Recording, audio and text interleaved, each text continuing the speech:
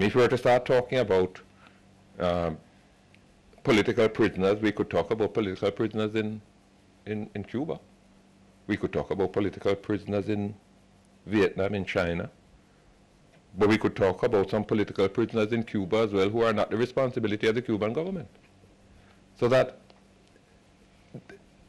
the best must not become the enemy of the good. And therefore, let us identify how can we work with the Cuban government. Certainly in my interaction with Cuban officials, I'm very encouraged that the kind of radical differences that would have defined that conversation 20 years ago, if such a conversation would have been possible 20 years ago, don't exist anymore. And I believe that it is a question of how we can work together. There's an important issue that has to be addressed.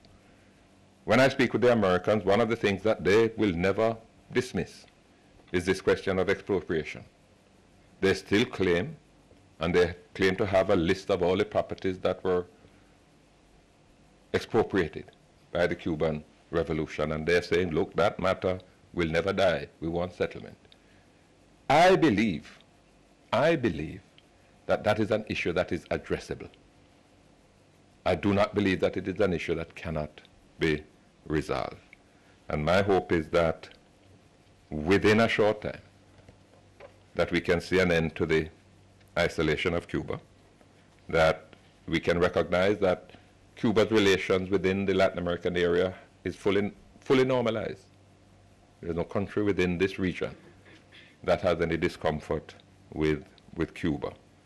I think we need to work towards creating a new theater